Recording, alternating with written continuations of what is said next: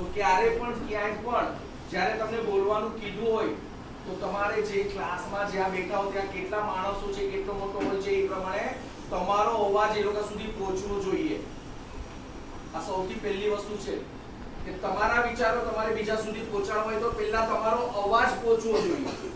અવાજ પહોંચશે તો સાંભળશે તો સમજશે તો તમારા વિચારો અપનાવશે. અધરવાઇઝ પેલી ભાગવત કથા ચાલતી હોય અને બેઠા બેઠા ઊંઘતા હોય એવું થાય. બરોબર ને? તો એટલે હવે દરેકે મારે ફરીથી ઇન્સ્ટ્રક્શન દેવી પડે. બરોબર છે? જે પણ બોલો મને સંભળાવવું જોઈએ. એન્જિનિયરિંગ કયું? IT computer engineering. હા બોલ. ગર્લ્સમાં હાથ ઊંચા કરી જતા ને? Teaching. Very good, very good. આજકાલ પોતાની મેળે દિલથી ભણાવવાનું પણ શોખ હોય એ બહુ મોટી વસ્તુ છે. પહેલાના જમાનામાં એવું હતું કે જેને ક્યાંય નોકરી ન મળે એ ટીચિંગ લાઈનમાં ઘૂસી જતું.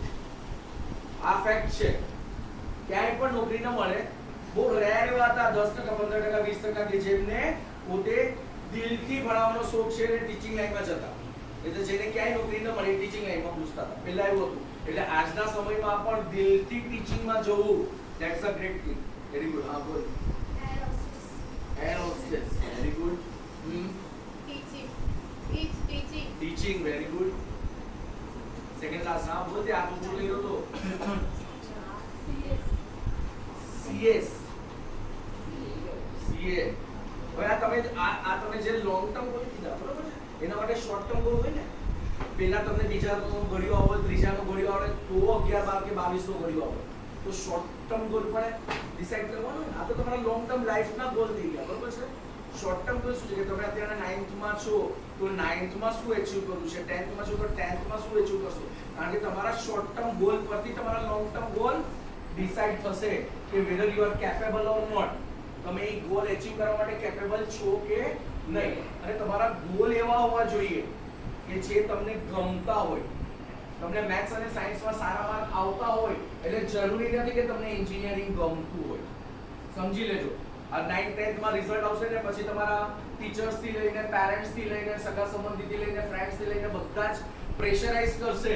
અરે યાર 95% આવ્યા છે, તું તો મેડિકલમાં જ જા. પણ તને મેડિકલ ગમતું જ ન હોય તો એટલે નેવર ચૂઝ એની બ્રાન્ચીસ. બીજાના કહેવાથી કોઈ પણ બ્રાન્ચીસ ચૂઝ નહીં કરવાની. તમને જે ગમતું હોય, તમને જેમાં ફાવતું હોય એ બ્રાન્ચ તમારી લાઈફ માટે સિલેક્ટ કરવાની. કારણ કે જે વસ્તુ ગમતી હોય એમાં થાક ન લાગે. તમે ક્રિકેટ રમવા ગયા હો ને મમ્મી 10 વાર બૂમ મારે, પહેલી બૂમે જાવ છો ઘરે, મમ્મી મારી બેટિંગ બાકી છે, મમ્મી આ મેચ પૂરી કરીને આવું છું. કારણ કે જે ગમતી વસ્તુ કરીએ એમાં થાક ન લાગે અને એમાં તમે તમારું 100% આપી શકો. એવું જ લાઈફનું છે. લાઈફમાં તમારે તમારી કેરિયર એવી ચૂઝ કરવાની કે જે તમને ગમતું હોય, જેમાં તમે ગમે એટલા કલાકો ભણો, ગમે એટલા કલાકો કામ કરો, તમને પેલા થાક ન લાગે. અને થાક ન લાગે એટલા માટે તમે તમારું 100% એમાં આપી શકો. Always choose. હું તો કહું છું આર્ટ્સમાં જેને ઇન્ટરેસ્ટ હોય બિંદાસ 90-95% વાળો પણ આર્ટ્સ ચૂઝ કરી શકે છે. તમારો ઇન્ટરેસ્ટ બહુ ઇમ્પોર્ટન્ટ છે કે તમારો ઇન્ટરેસ્ટ શેમાં છે. હવે તમે મને જે કીધું ને એના માટેની બેઝિક રિક્વાયરમેન્ટ પણ તમને ખબર હોવી જોઈએ. તું કે છે સીએ, તો સીએ ની બેઝિક રિક્વાયરમેન્ટ ખબર છે કે સીએ બનવા માટે તમારું લોજિકલ થિંકિંગ, મેથેમેટિક્સ, સિસ્ટમ આ બધું તમારું પરફેક્ટ હોવું જોઈએ. એની બેઝિક રિક્વાયરમેન્ટ છે. એન્જિનિયરિંગની બેઝિક રિક્વાયરમેન્ટ છે તમે હાર્ડ વર્કિંગ હોવા જોઈએ, તમે ફિઝિકલી મેન્ટલી સ્ટ્રોંગ હોવા જોઈએ, તમે કલાકો સુધી કામ કરી શકો એવી તાકાત હોવી જોઈએ, તમારું લોજિકલ થિંકિંગ જોરદાર હોવું જોઈએ. તારે ટીચર બનવું હોય તો ટીચર બનવાના પણ બેઝિક ક્રાઇટેરિયા છે. વેધર આ બધા ક્રાઇટેરિયા તમારામાં છે કે નહીં. મનમાં આવીને બોલી દે ટીચર, પણ ટીચર બનવાના પણ બેઝિક ક્રાઇટેરિયા છે. તો આ તમે જે પણ લાઈન ચૂઝ કરો એના માટેની બેઝિક એબિલિટી તમારામાં છે કે નહીં એ પણ તમારે આત્મમંથન કરવું જોઈએ કે ભાઈ એન્જિનિયરિંગ બનવા માટે મને તો પહેલા હાર્ડ વર્કિંગ જોઈએ. તમારું મેથ્સ અને સાયન્સ એટલે કે લોજિકલ સબ્જેક્ટ્સ તમારા બહુ સ્ટ્રોંગ હોવા જોઈએ. બરોબર છે? તમારી મેમરી બધાને ભગવાન આપેલી છે. મેમરીનો યુઝ નથી કરતા. મેમરી બધાને ભગવાન ઇક્વલ આપેલી છે. કોઈને ઓછી વધારે નથી આપી. બધાને ઇક્વલ મેમરી આપી છે. ઘણા પોતાની કેરિયર માટે મેમરીને યુઝ કરે છે, ઘણા ફંટાઈને બીજી જગ્યાએ પોતાની મેમરીનો યુઝ કરે છે. બરોબર છે? તો હવે તમારી એબિલિટી ને તમારી આવડત પર તમે આગળ વધો તો તમે યુનિક બની શકો. અને આજે વેલ્યુ કેની છે? યુનિકનેસ ની છે. તમે બીજાથી હટકે હસો તો તમારી વેલ્યુ છે. તમે એલા ઘેટાના ટોળાની જેમ હસો. તમે ઘેટાના ટોળા નથી કારણ કે ગુજરાતી માધ્યમમાં ભણો છો ને, તો તમે સિંહ જ છો. સિંહ ટોળામાં ન હોય, ઘેટાઓ ટોળામાં. અત્યારના 99% બધા ઘેટાઓ ક્યાં જાય છે? ઇંગ્લિશ મીડિયમમાં જાય છે ને. તો તમે અત્યારથી સિંહ છો કારણ કે તમે તમારો રસ્તો હટકે બનાવ્યો છે. વિન્ડની સાથે, પવનની સાથે તમારા પેરેન્ટ્સે તમને દોડાવ્યા નથી. તમને તમારી માતૃભાષા સાથે જોડાયેલા રાખ્યા છે. તો તમને અત્યારથી જ તમારો રસ્તો પોતાની રીતે બનાવવાનું શીખવાડ્યું છે. અને સિંહને પોતાની ત્રાળ હોય, પોતાનો અવાજ હોય, પોતાનો ઇલાકો હોય. એમ તમારો પોતાનો ઇલાકો હોય, તમારી પોતાની એક ઓરા હોય. અને આ ઓરા શું છે ખબર છે? તમારામાં રહેલા સંસ્કારો, તમારા વાણી વર્તન જે સમાજ સુધી પહોંચે એ તમારો ઇલાકો છે. કે તમે ક્યાંક જાઓ અને દેખાય આવે કે આ માતૃભાષાનો વિદ્યાર્થી છે, એવા તમારા વાણી વર્તન અને વ્યવહાર હોવા જોઈએ કે તમે બીજાથી હટકે છો એ ખબર પડે. તમે ગમે એટલા ઇન્ટેલિજન્ટ હો પણ તમારા વાણી વર્તન અને વ્યવહાર હટકે નહીં હોય, સારા નહીં હોય, ઓલા ઘેટાના ટોળા જેવા હશે તો એની કઈ વેલ્યુ રહેશે? એટલે ફક્ત પર્સન્ટેજ નોટ ઇમ્પોર્ટન્ટ. તમારા વાણી વર્તન વ્યવહાર સંસ્કાર વિચારો સૂચકો આ બધું લાઈફમાં બહુ માયને રાખે છે. અને આ બધું ક્યાંથી મળે? સૂચકો ક્યાંથી મળે? માતૃભાષામાં ભણશો તો મળશે. તમને એક વસ્તુ પૂછું છું કે તમે હવે તમે કીધું કે આ પોતાની એબિલિટી છે કે પોતામાં જે આવડત છે એ કેવી રીતના નિખારવાની? ટાઈમ જ નથી મળતો. તમે પિક્ચર જોવા જાવ છો તો આખું પિક્ચર જોઈને આવો ને. પિક્ચરમાં છેલ્લે ઓલી કેવી રીતના ફિલ્મ બની એના ટ્રેલર ને બધું જોઈને પોતે પછી બહાર નીકળો છો ને. અધૂરું પિક્ચર જોઈને બહાર નીકળો છો. શાકભાજી લેવા જાવ તો પૂરું શાકભાજી લઈને મમ્મીએ લિસ્ટ બનાવી આપ્યું હોય, લિસ્ટ તો બધું જ લઈને આવો છો ને? પાક્કું ને? અહીંયા શેના માટે આવો છો? પૂછો તમારી જાતને. તમે અહીંયાથી 100% લઈને જાઓ છો? જો પિક્ચર પૂરું જોઈને નીકળી શકો છો, શાકભાજી બજારમાં લેવા જાય તો પૂરેપૂરું લઈને આવી શકો છો, તો અહીંયા જે કામ માટે આવો છો એ પૂરેપૂરું કેમ નથી થતું? એટલે ન થવાનું કારણ બે છે. અહીંયાથી ગ્રાસ્પિંગ કેવી રીતના થાય છે? કાનથી અને આંખથી. આંખથી જે બોર્ડ પર લખાયું હોય તમારામાં CPU માં પિક્ચર આવી જાય અને કાનથી બરોબર વર્ડ ટુ વર્ડ સાંભળો તો ગ્રાસ્પિંગ થાય. હવે તમે નથી એલર્ટ બાય આઈસ તો નથી એલર્ટ બાય ઇયર્સ. તમે કાનથી પૂરું સાંભળતા નથી ને આંખથી પૂરું જોતા નથી કારણ કે તમારું મન આજુબાજુમાં કોઈ 80% લઈ જાય, કોઈ 90% લઈ જાય, કોઈ 100% લઈ જાય, કોઈ 50% લઈ જાય. હવે અહીંયાથી જે 50% લઈ ગયો હોય એને ઘરે જઈને કેટલી મહેનત કરવી પડે? બાકીના 50% ની મહેનત કરવી પડે. અને અહીંયાથી જે 90% લઈ ગયો એને ઘરે જઈને કેટલી મહેનત કરવી પડે? 10%. તો 50% વાળા અને 90% વાળા વચ્ચે ફરક એ કે ઘરે જઈને ઓલો 50% મહેનત કરે છે, 90% વાળો ઘરે જઈને 10% મહેનત કરે છે. તો એની પાસે સમય બચે છે. તમે તમારો સમય જો અહીંયા 100% ધ્યાન આપો તો તમારો ઘરે જઈને ભણવા સિવાયનો સમય બચે છે. How to use it? તમારે એ સમયને તમારામાં રહેલી આવડતને નિખારવા માટે, એને પોલિશ કરવા માટે યુઝ કરવાની છે. દરેકમાં કંઈક ને કંઈક આવડત છે. કોઈને ફૂટબોલ રમતા સારું આવડતું હશે, ક્રિકેટ સારું આવડતું હશે, તમને મહેંદી સારી આવડતી હશે, રસોઈ બનાવવાનો કોઈને શોખ હશે, વેરાયટીનો શોખ હશે, કોઈને ડાન્સ આવડતું હશે. Multiple areas are there. કે દરેકમાં કોઈના હેન્ડરાઇટિંગ બહુ સરસ હશે, કોઈને કવિતા લખવાનો શોખ હશે, કોઈને મ્યુઝિકનો શોખ હશે, કોઈને ડાન્સનો શોખ હશે, કોઈને ટીચિંગનો શોખ હશે. બરોબર છે? તો મલ્ટિપલ એરિયાસ છે. દરેકને પોતપોતાની કંઈક તો એવી આવડત હશે જે બીજામાં નથી. જે બીજામાં ન હોય ને તમારામાં હોય તો તમે હટકે કેવો ને? તો હવે એ વસ્તુ પર તમારે કામ કરવા માટે તમને સમય જોઈએ. તો એ સમય મેળવવા માટે તમારે અહીંયા 100% ધ્યાન દેવાનું છે. અહીંયા આંખ કાન ખુલ્લા રાખવાના તમારે. તમને એક એક્ઝામ્પલ આપું. તમારી મમ્મી તમને બૂમ મારીને કહે છે કે જો તો બેડરૂમમાં ત્રીજા કબાટના ચોથા ખાનામાં લાલ કલરની ચૂંદડી પડી છે, લઈ આવ. તમે ત્રીજું ખાનું સાંભળ્યું જ નહીં. તમે આખો કબાટ ફેંકી નાખો, લાલ કલરની ચૂંદડી સાંભળી જ નહીં.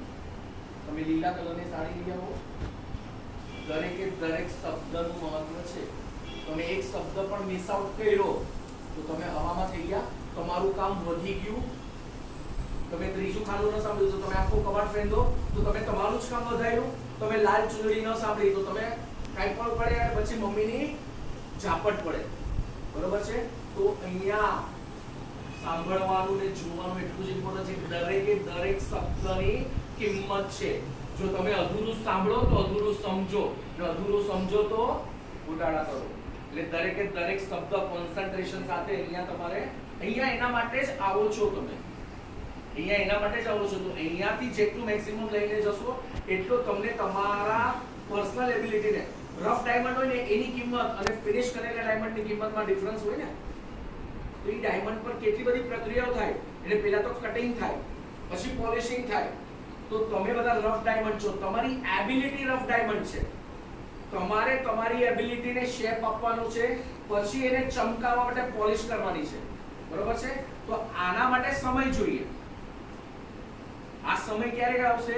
જ્યારે ભણવાનું તો છે જ, ડિગ્રી તો લેવાની જ છે, બેઝિક મિનિમમ વસ્તુ તો જોઈએ જ આપણને. તો આ શેના માટે મળે? જ્યારે તમે એના માટે સમય કાઢશો, ભણવાનું અહીંયા મેક્સિમમ ક્લાસ કરીને જશો તો થશે. સેલ્ફ ડિસિપ્લિન હમણાં છો કીધું કે આ લોકોમાં ડિસિપ્લિન છે, તમે એ લોકો અંદર ગણગણ કરતા હતા ચકલીઓ. બરોબર છે? જ્યાં સુધી સ્વયં શિસ્ત નહીં આવે તમારામાં ત્યાં સુધી તમે આગળ નહીં વધી શકો. અને તમારી સ્વયં શિસ્ત તમારા માટે જ ફાયદાકારક છે. જ્યારે તમે ક્લાસમાં આવો અને જો તમે વાતો કરતા હો, મસ્તી કરતા હો, તો ટીચર આવીને પહેલી 5 મિનિટ તમને શાંત રાખવામાં, ક્લાસને મેન્ટેન કરવામાં વાપરવી પડે. રોજના 8 લેક્ચર હોય, દરેક ક્લાસમાં 5 મિનિટ જો ટીચરોની એમાં બરબાદ થાય તો રોજની કેટલી મિનિટ બરબાદ થઈ? કોનો લોસ થયો? 40 મિનિટનો રોજનો તમે ખોયું. એમને નથી ખોયું, એમને પગાર પૂરા જ મળવાનો. તમે ખોયું. એમને 25 વર્ષનો 30 વર્ષનો એમનો એક્સપિરિયન્સ એમને તમને આપવો છે, તમને દેવું છે, પણ તમે એમની એનર્જી ક્યાં બરબાદ કરો છો? બરાડા પાડીને તમને શાંત રાખવામાં તમે એમની એનર્જી વેસ્ટ કરો છો. એટલે એમને જે આપવું છે તો આપી નથી શકતા. તો તમે તમારો લોસ કરો છો. આજથી નક્કી કરો કે ક્લાસમાં ટીચર આવશે એ પહેલા સેલ્ફ ડિસિપ્લિન આવી જશે. તમારા ફાયદા માટે તમારે સેલ્ફ ડિસિપ્લિનમાં આવવાનું છે. હવે ઘણા એમ કહેશે કે ભાઈ મારે તો લોજિકલ સબ્જેક્ટ મારે જવું છે તો સાયન્સમાં જ, પણ મારું મેથ્સ સાયન્સ કાચું છે, તો શું કરવાનું? તો જો જીદ હોય ને કે મારે કરવું છે તો એના માટે તમારે ડબલ મહેનત કરવી પડે. તમારી પાસે બેઝિક વસ્તુ નથી તો તમારે ડબલ મહેનત કરવી પડે. તમારી વસ્તુ માટે મેથ્સ અને સાયન્સ અને લોજિકલ સબ્જેક્ટ માટે તમારે ડબલ મહેનત કરવી પડે. જો જીદ હોય કે ના મારે તો એન્જિનિયર બનવું જ છે, ભલે મારું મેથ્સ સાયન્સ કાચું છે. સેમ વસ્તુ મારા દીકરા આને થઈ છે. મારા દીકરાને લેંગ્વેજમાં ટોપ કરે, મેથ્સ સાયન્સમાં મોડરેટ માર્ક આવે, પણ એને એન્જિનિયર જ બનવું. ડબલ મહેનત કરી. આજે એન્જિનિયરિંગના થોડી યરમાં છે, તમારા મેથ્સ સાયન્સ કાચા છે, પણ તમારી જીદ છે કે ના મારે એન્જિનિયર થવું છે. તો જે સબ્જેક્ટ્સ વીક્સ હોય, જે ટોપિક્સ વીક્સ હોય, કે જે એબિલિટીમાં તમે વીક હો છતાં પણ તમારી લાઈનમાં જવું હોય તો તમારે નોર્મલ કરતા ડબલ મહેનત કરવી પડે. અને તમારી મનગમતી લાઈનમાં જવું હોય તો તમારી આવડત પ્રમાણે તમે એમાં ઇઝીલી આગળ વધી શકો. હવે ટાઈમ મેનેજમેન્ટ 9-10 ના બચ્ચાઓ છે, આ તમારી કેરિયર ડિસાઈડ કરવા વાળું યર છે. તો ટાઈમ ઇઝ બહુ ઇમ્પોર્ટન્ટ છે. તમને ટાઈમ મેનેજમેન્ટ જો ન આવડતું હોય તો તમે હવામાં કામ કરો છો, ગધેડાની જેમ કામ કરો છો, ઘોડાની જેમ નહીં. ઘોડાને ખબર છે આમ બે રાખ્યા હોય, એ સીધું જ જોઈએ, આડું કંઈ જોઈએ જ નહીં. એટલે બે આગળ ઓલા પટ્ટા લાઈને હોય, એ સીધું જ જોઈએ, આડું જોઈએ નહીં. આડું જોઈએ તો આડું ફંટાય.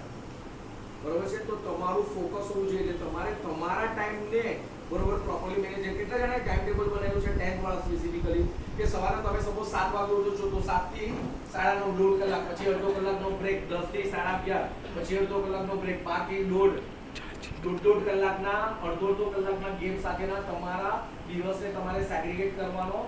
એક લોજિકલ સબ્જેક્ટ, એક લેંગ્વેજ, એક લોજિકલ સબ્જેક્ટ, એક language. Never tech 2 logical subjects together. તમારો મોબાઈલ હેંગ ક્યારે થવા માંડે?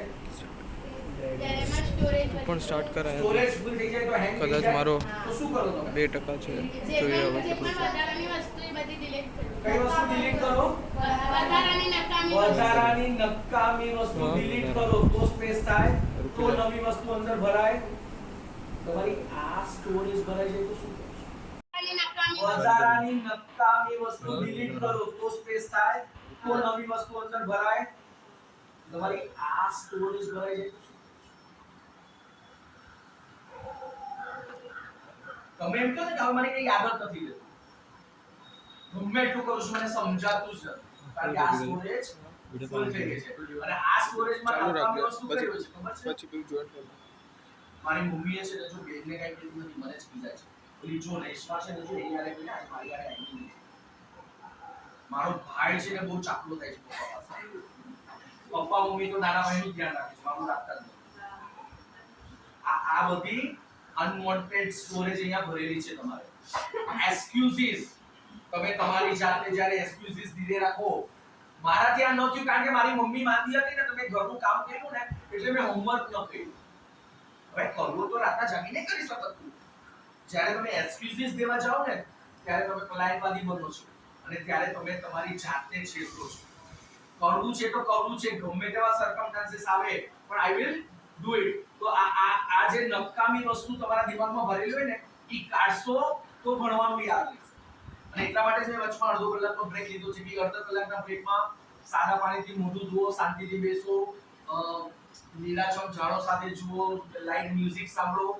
માઇન્ડ ફ્રેશ કરો બીજા બધા વિચારો પંચાત કરવા સિવાય આ બધું કરો તો પોતાની મેળે કુલ ડાઉન થશે અને નવું વાંચવું ઈ યાદ રહેશે હું આવી રીતના ટોપર બનું છું always I was always a topper મારું ટાઈમ ટેબલ અચ્છા તમને કોને ખબર પડે કે મારું ગુજરાતી સબ્જેક્ટ 8 કલાકમાં પતી જાય ક્યારે ખબર પડે જ્યારે તમે ઓન પેપર નાખો કે 1.5 કલાકમાં મારા 3 ચેપ્ટર પૈતા તો તમને ખબર પડે ને તમને ઓન પેપર ખબર પડે કે મારા આટલા કલાકમાં આ સબ્જેક્ટ પતે છે તો જે સબ્જેક્ટને તમને વધારે વાર લાગે છે એનું તમે ફ્યુચર પ્લાનિંગ વધારે સમય આપીને કરી શકો જે વિષય તમારા નબળા હોય એનું પ્લાનિંગ તમે વધારે સમય આપીને કરી શકો તો એના માટે તમારી પાસે on paper time planning time management હોવું જોઈએ ન કરતા હો તો આજથી ચાલુ કરો હવે ઘણા બધા એમ કહે છે કે સારું ઘણી વાર તમને પણ થતું હશે ને એક્ઝામ આથી બહાર નીકળો ને અરે યાર આ ખાલી જગ્યા તો આવડતી હતી ત્યારે યાદ આવે એક્ઝામમાં અંદર યાદ ના આવે રાઈટ ટાઈમ પર રાઈટ વસ્તુ યાદ ન આવે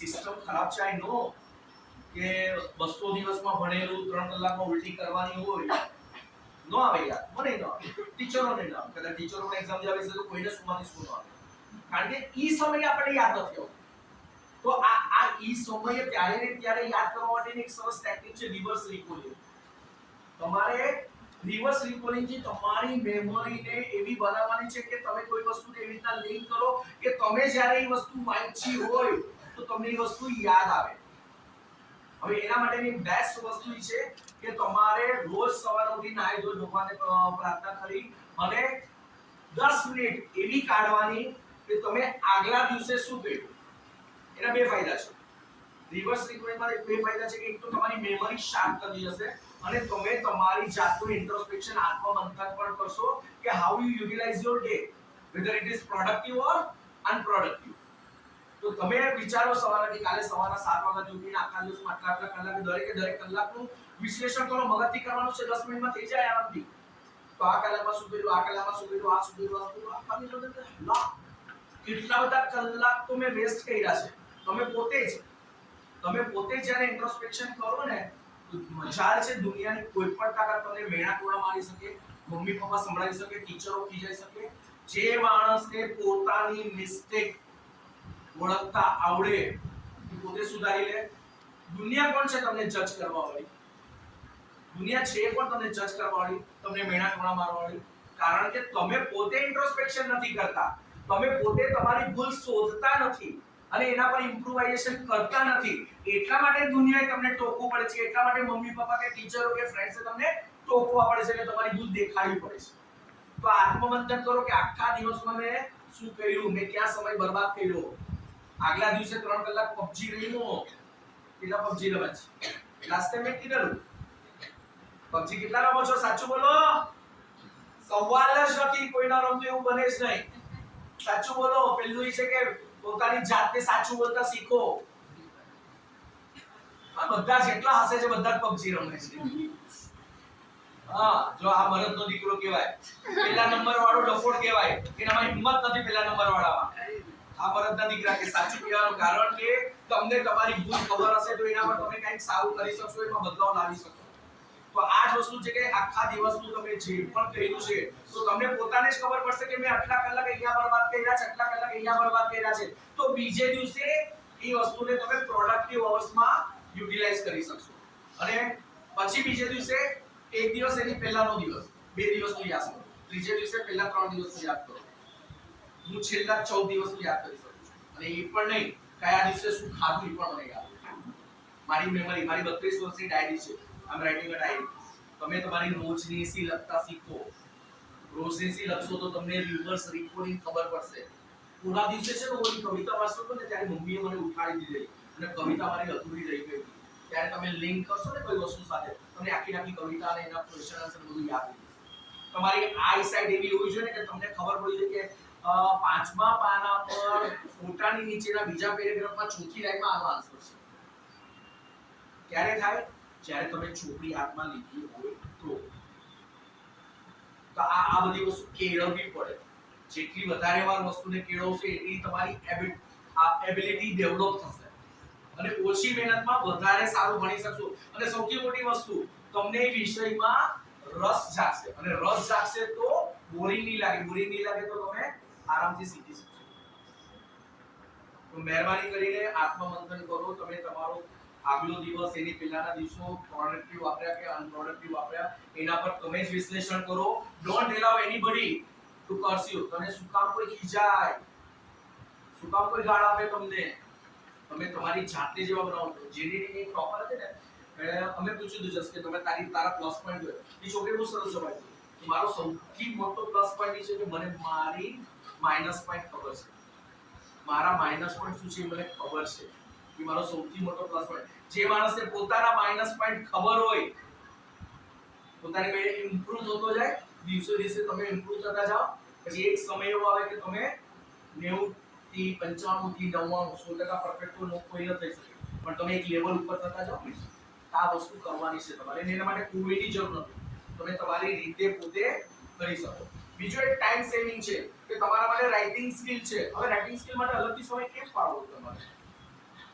બધા જ પોતાના ફ્રેન્ડ્સની સાથે તમારા એરિયાના બચ્ચાઓ સાથે 3 4 5 જણા સાથે આવતા હશો સ્કૂલમાં અને અહીંયાથી સાથે સ્કૂલમાં જતા હશો તો શું વાત કરતા હશો? અરે દયા આવવાની હતી, આવી નહીં હો. બોલો મામો લલ્લુ બનાવી ગયો આ વખતે પણ. દયા આવશે નહીં, જોજે. બોલો ભલે શું નામ છે? સુંદરલાલ. સુંદરલાલ. એ આવતે લલ્લુ બનાવશે. આપણે આગળ પંચાયત કરીએ.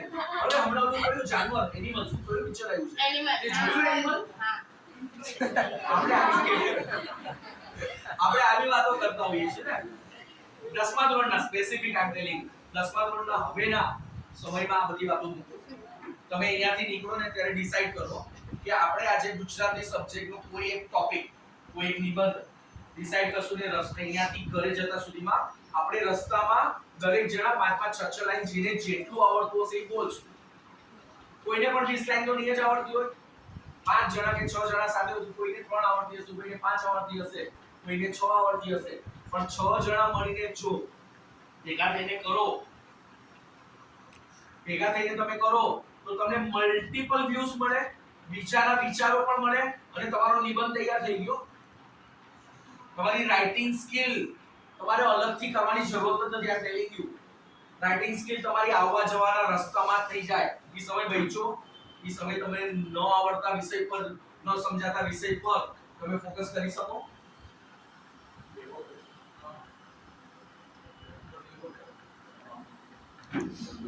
તો તમારી રાઇટિંગ સ્કિલ આમ જ થઈ જાય.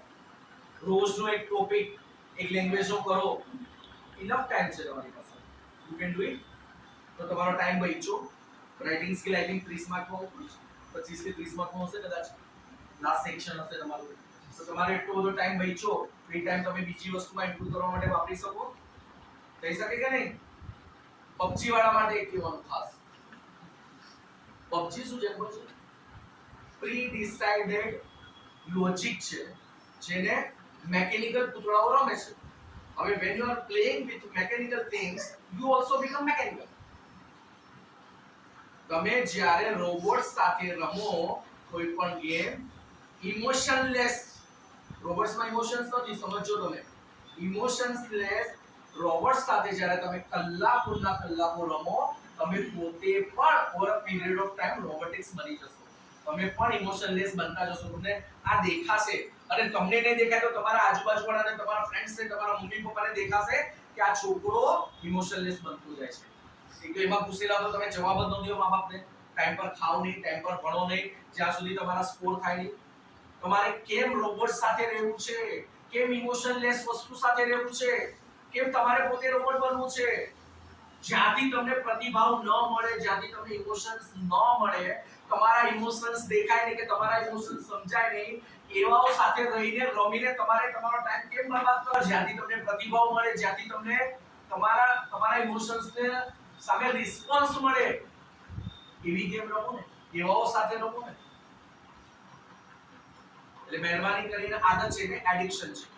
મહેરબાની કરીને જે રોજના 2 કલાક રમતા હોય એક અઠવાડિયું નક્કી કરે કે હવેથી 1.5 કલાક રમીશ, પછી 1 કલાક કરો, પછી અડધો કલાક કરો ને પછી ઓવર પીરિયડ ઓફ ટાઈમ એમાંથી હટી જાઓ. નહીં તો તમે મેકેનિકલ પૂતળા બની જશો. લખીને રાખજો, આપણે મેકેનિકલ પૂતળા નથી બનવું. અને પ્રી ડિસાઇડેડ ગેમ છે. તમે ઘણી બધી ગેમ એવી હોય ને કે તમને તમારા પહેલે જે બેઝિક સ્કોર હોય ને તમને ખબર છે કે આના પછી આ મૂવ આવશે, આના પછી આ મૂવ આવશે, આના પછી આ મૂવમેન્ટ આવશે, કારણ કે તમે ઘણી બધી વાર રમી લીધી હોય એટલે તમને એ લોજિક બેસી ગયું હોય એટલે તમે ધનાધન બેઝિક સ્કોર કરી શકો. હાયર વર્ઝનમાં જવા માટે તમને ટાઈમ લાગે કારણ કે તમારી પાસે છે નહીં. તો તમારે શા માટે પ્રી ડિસાઇડેડ તમારો પાથ કરેલો હોય એવી ગેમ રમવી છે. રમત ચેસ સામેવાળો શું નવી કઈ બાજી રમશે ખબર જ નથી તમને. રમો ચેસ, રમો કે એવી ગેમ કે તમને ખબર જ નથી કે સામે શું આવવાનું છે, અનપ્રિડિક્ટેડ આવવાનું છે. પ્રી ડિસાઇડેડ ગેમ કેમ રમવી તમારે, એમાં તમારું કઈ ડેવલપમેન્ટ નથી. લોજિક તમારું બેસી ગયું તો તમે ધનાધન આંકડા ફેરવવા માંડ્યા ને તમારો સ્કોર થવા માંડ્યો. આગળ સાંભળે ને, રેકોર્ડ પણ કર્યું ને, સાંભળ રિપીટેડલી એ રમે છે બરોબર. તો એમાંથી બહાર આવો. જો તમારે કંઈક બનવું હશે તો તમારા ઘરમાં પપ્પા મમ્મી લોકરમાં શું રાખે છે? શેનું બનેલું હોય? સોના અને ચાંદી. સોનું ને ચાંદી. લોખંડ તો ઘરમાં ઘણું બધું હોય. લોખંડ તો નથી ચાલે.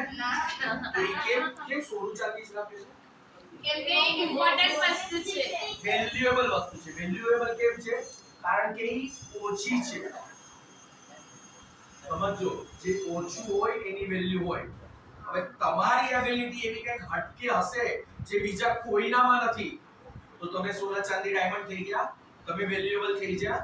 તો તમારે તમારી જાતને એવી બનાવવાની છે કે you are rare of rare, અને તમારી વેલ્યુ તમારી કોમ્પિટ કોઈ કરી ન શકે. તમારી કોમ્પિટિશનમાં કોઈ આવી જાય એવું તમારે બનવાનું છે, ત્યારે તમે તમારી વેલ્યુ ક્રિએટ કરી શકશો. હવે એકવાર વેલ્યુ ક્રિએટ થઈ ગયા પછી શું? તમને એક એક્ઝામ્પલ આપું છું. કુવામાંથી પાણી કાઢવું છે. તમે ઘડો હશો, એ ઘડાને રસ્સી બાંધશો ને ઘડાને કુવામાં ફેંકશો. ઘડો સીધો નીચે પડશે, પાણી ભરાશે? હલાવવો પડશે, એને ઝુકાવવો પડશે. થોડુંક માકો વાળશો તો થોડુંક પાણી ભરાશે. એના વજનથી ઘોડો થોડુંક અંદર જશે એટલે પાછું વધારે પાણી ભરાશે. એના વજનથી ઘોડો અંદર જશે એટલે આખો ભરાશે. તો શું કર્યું તમે? ઘડાને ઝુકાવ્યો. એટલે આપણે જીવનમાં કાંઈ પણ મેળવવું હોય ઝૂકવું પડે. ઝુકા વગર કાંઈ ન મળે.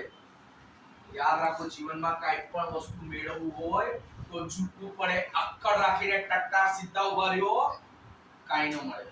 તો ઓલવેઝ ક્યારેય પણ કાંઈ વસ્તુ મેળવવી હોય, ગ્રહણ કરવી હોય, શીખવી હોય તો નમ્ર બનીને, નમીને, ઝૂકીને રહીએ તો એ વસ્તુ મળે. હવે ગળો ભરાઈને ઉપર આવ્યો, તરસ લાગી છે આને, તો આમને આમ ગળાથી બાપશો તો આવશે?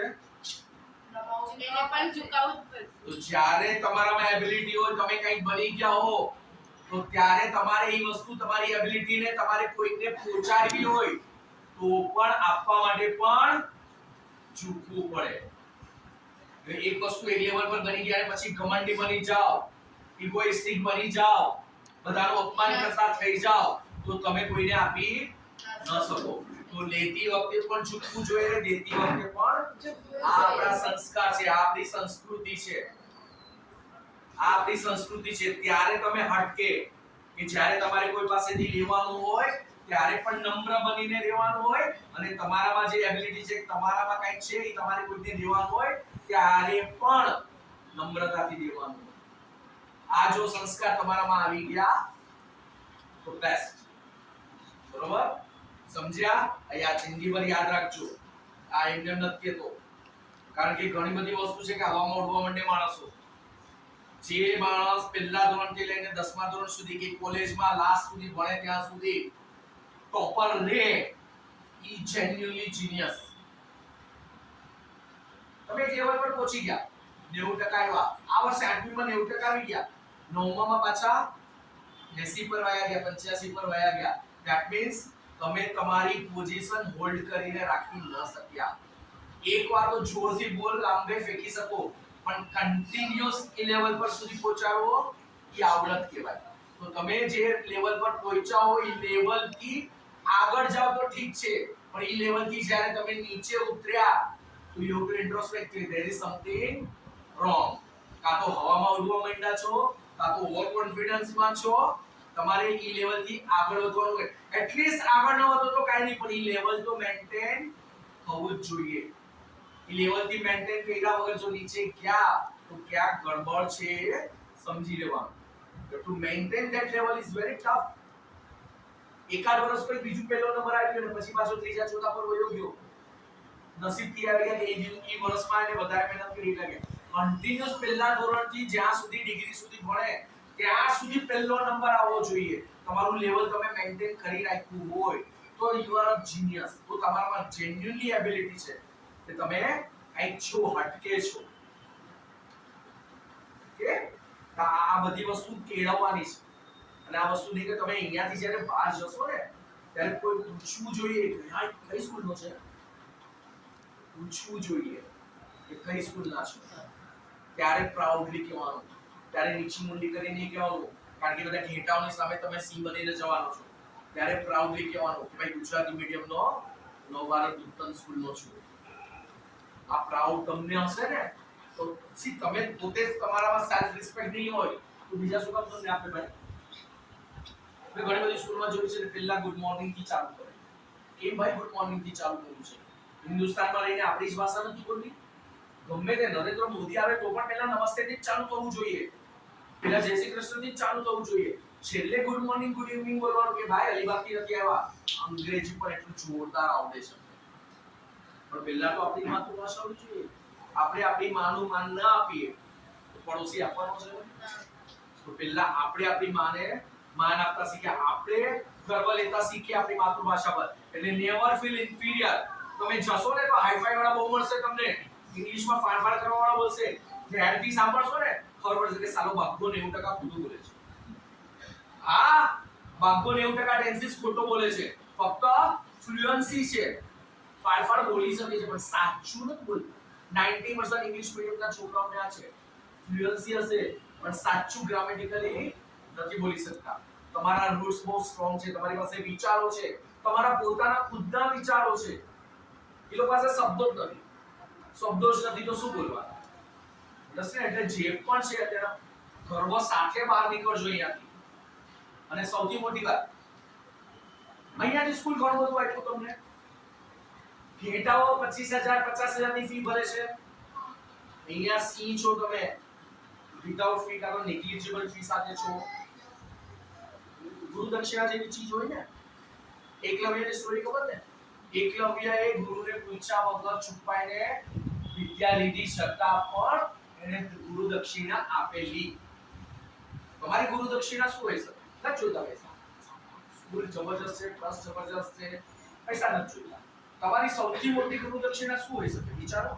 તમે વિચારો કે 10મા ધોરણમાંથી હું અહીંયાથી બહાર નીકળીશ પછી હું એવું શું કરીશ કે મારી સ્કૂલને ગુરુ દક્ષિણા આપી કહેવાય. વિચારો બધા. સારા ટકા લાવીશ, મતલબ સારા પર્સન્ટેજ. સ્કૂલનું નામ રોશન કરીશ. Very good. એ તો તમારું પોતાનું પણ થયું. પેલા તારું નામ થશે, તારી સાથે સ્કૂલનું નામ જોડાયેલું છે કઈ થશે. ગુરુ દક્ષિણા તો આપવાની હોય, જેમાં પોતાનું કઈ નહીં. સ્કૂલને ડેવલપ કરાય, સ્કૂલ ટકી રહે, સ્કૂલ આગળ વધે, સ્કૂલ ઉત્કર્ષ પામે, એના માટે હું પણ કાર્યરત થઈશ. તો એટલે પહેલા હું કંઈક બનીશ. તો એક સ્પાઇરલ છે, જવાબદારી રિસ્પોન્સિબિલિટી સ્પાઇરલ છે. સ્ટાર્ટ વિથ કેન્દ્રમાં હું, પછી મારું ફેમિલી, પછી મારો સમાજ, પછી મારો દેશ, પછી દુનિયા, પછી પર્યાવરણ. આ સ્પાઇરલ મોટું છે. જેમ જેમ તમારી વિચારોની શક્તિ મોટી થતી જાય એમ એમ તમારો જવાબદારી પણ વધતી જાય. અને જવાબદારી ક્યાં એન્ડ થાય? દુનિયા પછી પર્યાવરણ સુધી.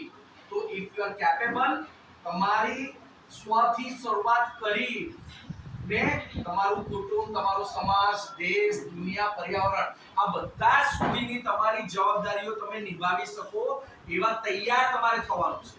અને તૈયાર થશો તો જ આ સ્પાઇરલમાં તમારી જવાબદારી તમે નિભાવી શકશો. નહીતર તમને એક ક્વેશ્ચન પૂછું છું. તમે બધા વિચારો મનમાં કે અત્યાર સુધી સમજણા ત્યાં સુધી તમારી લાઈફમાં તમને કેટલા જણાએ મદદ કરી છે? કાઉન્ટ. મદદ કરી એટલે કોઈ પણ જીતી, મોરલી, ફાઇનાન્શિયલી, રસ્તામાં રસ્તો પણ દેખાડ્યો હોય, ભણાવ્યું પણ હોય, સપોર્ટ પણ કર્યો હોય, n નંબર ઓફ ટાઈમમાં n નંબર લોકોએ તમને મદદ કરી છે. જસ્ટ અડધી મિનિટ વિચારો કોણે કોણે મદદ કરી છે? કેટલા જણાએ મદદ કરી હશે? ફેમિલી થી લઈને, ફ્રેન્ડ્સ થી લઈને, રસ્તે ચાલતા માણસોથી લઈને, સમાજના લોકોથી લઈને, કેટલી બધી વસ્તુમાં કેટલા બધા લોકોએ તમને મદદ કરી હશે? કેટલા બધા પાસેથી તમે મદદ લીધી છે? કાઉન્ટ કરો અંદાજે કેટલા બધી છે. હવે ઈ કાઉન્ટ કરો કે તમે કેટલા જણાને મદદ કરી છે? તમે કેટલા જણાના કામમાં આવ્યા છો જીવનમાં? ગણી શકાશે ને? ઈ ગણી શકાશે. મદદ લીધેલું કાઉન્ટેબલ નથી, મદદ કરેલી કાઉન્ટેબલ છે. એટલે આપણે બીજા પાસેથી લીધું વધારે છે. સમજજો, આપણે બીજા પાસેથી ઓલવેઝ લીધું છે, આપણે લીધું બહુ ઓછું છે. આપણે એવા લાયક બનવાનું છે કે આપણે બીજા પાસેથી જે લીધેલું છે ને એના કરતા વધારે આપણે લીધેલું, એવા આપણે લાયક બનવાનું. જ્યારે તમે વધારે લીધેલા કરતા વધારે લીધેલા બનો ને ત્યારે તમે સફળ થયા. સફળ થયા એટલે ડોક્ટર, એન્જિનિયર બનીને 3 BHK નો ફ્લેટ લઈને, ગાડી લઈને ફરો એને સફળ ન કહેવાય. એને સફળ ન કહેવાય. બહુ ક્લિયર છે. સફળતાની ડેફિનેશન એટલે પૈસા ને વૈભવ ને લક્ઝરીઝ ને હાઈફાઈ સ્ટાન્ડર્ડ સફળતા નથી. સફળતા તમે વધારે પાસેથી લીધું હોય તો તમે ભિખારી ગયા? તમારો હાથ નીચે છે ને? તમારો હાથ ઉપર નથી, તમારો હાથ નીચે છે કારણ કે તમે વધારે લોકોની મદદ લીધેલી છે. તમે સફળ ક્યારે જાઓ છો? તમારો હાથ ઉપર હોય, તમે ઓલવેઝ લીધું હોય. જેની પાસેથી લીધું બધાને રિવર્ટ પાછું આપ્યું હોય. સમાજ પાસેથી લીધું હોય તો સમાજને પાછું આપ્યું હોય તો તમે સફળ થયા. બાકી લીધું હોય તમે માંગેલું છે, તમે લીધેલું છે. અને હંમેશા યાદ રાખજો, દેવા માટે પૈસા જરૂરી નથી. દેવા માટે પૈસાદાર હોવું જરૂરી નથી. તમારી આવડત પણ તમે બીજા માટે યુટિલાઇઝ કરી શકો છો. તમારો સમય પણ બીજા માટે યુટિલાઇઝ કરી શકો છો. તમારી એક સાંત્વના પણ બીજા માટે ફાયદાકારક છે. તમારો સાથ પણ બીજા માટે ફાયદાકારક છે. મદદ કરી ફક્ત પૈસાથી જ મદદ ન થાય. આ વસ્તુ સમજજો જીવો. અને આ જ વસ્તુ તમારામાં હશે તો you are different then others. તમે બીજાથી હટકે છો. બરોબર? આ મોરારી બાપુની કથા નથી. સમજજો, જ્યારે કોઈ વસ્તુને તમે પ્રવચન તરીકે લઈ લો તો જીવનમાં ઉતરે નહીં. જ્યારે તમે એને જીવનમાં ઉતારો તો એ સત્સંગ બની જાય. જીવનમાં ઉતારવાનું છે. અહીંયાથી જે પણ સાંભળ્યું છે તમે જીવનમાં ઉતારશો તો એ સત્સંગ બનશે. નહીતર હું અહીંયા કથા વાંચીને ગયો મોરારી બાપુ બનીને ને બહાર નીકળીને ખતમ, પ્રવચન થઈ ગયું. બરાબર? આ જીવનમાં ઉતારવાનું છે. જેટલું જીવનમાં ઉતારશો એટલું તમને પોતાને ખબર પડશે કે તમારા વિચારોમાં કેટલું પરિવર્તન આવ્યું છે. તમને કેટલી બધી ઉણપો જે અત્યારના દેખાય છે એ ઉણપો હશે જ નહીં. તમારાથી નીચેના અને તમારાથી વધારે ખરાબ કન્ડિશનમાં જીવતાને જુઓ. ભગવાને તમને કેટલું બધું આપેલું છે. જે આપેલું છે ને એ વિચારો કે હા મને તો આટલું બધું મળ્યું છે. મારાથી તો ખરાબ કન્ડિશનમાં બીજા ઘણા બધા જીવે છે. જ્યારે આ જોવાની ભાવના થશે ને ત્યારે જીવનમાં ક્યારે પણ ઉણપ નહીં દેખાય, ક્યારે પણ ઓછપ નહીં આવે. તમને બીજા કરતા તો વધારે છે તો ત્યારે તમારામાં દેવાની ભાવના આવશે કે યાર આના કરતા તો વધારે છે, લાવ હું થોડું ખાઉં. અને મેં જોયેલું છે ઓલવેઝ મિડલ ક્લાસ વધારે હેલ્પ કરે છે પૈસાદારો કરતા. પૈસાદારો પાસે પૈસા જો છે, દિલ બહુ ટૂંકા હોય છે. ઓલવેઝ મિડલ ક્લાસ જ એકબીજાને મદદ કરે છે. 40 માં સગાઈ લગ્નનો પ્રસંગ ક્યાં ઉકળાય છે ખબર પડે? આજુબાજુવાળા સંભાળી લે ને. હા. જ્યારે પૈસાદારો હોય સામેથી 10 વાર કેવું પડે, ભાઈ આવજો હો, આવજો હો. અરે યાર કંકોત્રી નથી આવી, એમ કેમ જઈએ? 40 માં ભાઈ શું કામ છે કહેજો મને, હું આવી જઈશ. આ ફરક છે. ને આપણે એવા બનવાનું છે. આપણે કીધા વગર કોઈને મદદમાં ઉભા રહી જઈએ. માંગીને કોઈ આપે તો શું મતલબ? આપણને સૂચકો પડવો જોઈએ. ઘરે મમ્મી જો થાકેલી હોય, મમ્મી માંદી હોય તો મમ્મીને કીધા વગર તું ઝાડુ પોતા કરી દે, તું વાસણ માંજી દે, તું તારા કપડાને બધું વ્યવસ્થિત મૂકી દે, ઘર વ્યવસ્થિત કરવા મમ્મીને મદદ કરે તો તારો સૂચકો કહેવાય. અને જોયા પછી પણ તું નફ્ફડ બનીને આરામ કરે શું મતલબ? આપણે એ કહેવાનું છે. ને જોજો તમે જ્યારે ઘરમાં ડિસિપ્લિનમાં રહેતા થશો, ઘરમાં સિસ્ટમેટિક રહેતા થશો ને, તમારા પેરેન્ટ્સનો તમને જોવાનો નજરિયો પણ બદલાશે. જે અત્યાર સુધી તમને હળચળ કહેતા હતા, તમને નાનો સમજતા હતા, એ લોકો over a period of time તમારી સાથે એમના પ્રોબ્લેમ્સ ડિસ્કસ કરતા થશે. તમને સમજદાર ગણીને તમારી સાથે ચર્ચા વિચારણા કરતા થશે, તમારો વ્યૂઝ જાણતા થશે, તમને મેચ્યોર્ડ માનવા મળશે. પણ એ મેચ્યોર્ડ માનવા માટે તમારું બિહેવિંગ ઘરમાં એવું મેચ્યોર્ડ બનવું જોઈએ. તમે તમારા કપડા ચોપડા બધા વ્યવસ્થિત થવા જોઈએ. તમે બિફોર ટાઈમ સ્કૂલમાં આવવા જોઈએ. તમને ટાઈમ મેનેજમેન્ટ ખબર પડવું જોઈએ. તમને ઘરના સમય રીત રિવાજ ખબર પડવા જોઈએ. ત્યારે તમે મેચ્યોર બન્યા કહેવાય. કીધા વગર સમજણ આવે એ મેચ્યોર આવી જાય.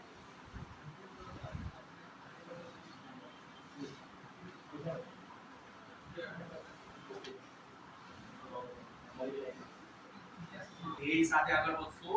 આજુબાજુમાં કઈ સંભળાવવું ન જોઈએ, કોઈ પ્રલોભનો તમને એટ્રેક્ટ થવા ન જોઈએ, તો કઈ બની શકશો. યાદ રાખજો. એટલે અચ્છા ટોપરોને મેં તણાઈ જતા જોયા છે. અચ્છા ટોપરો તણાઈ જાય છે બેન્ડ સાથે. બી સ્ટ્રોંગ. તમારા મૂળિયા એટલા સજ્જડ હોવા જોઈએ કે ગમે તેવી ઝંઝાવાત, ગમે તેવા પાણીના વેણ પણ ખાઈ ન શકે. એટલા સ્ટ્રોંગ તમારા મૂળિયા હોવા જોઈએ. કે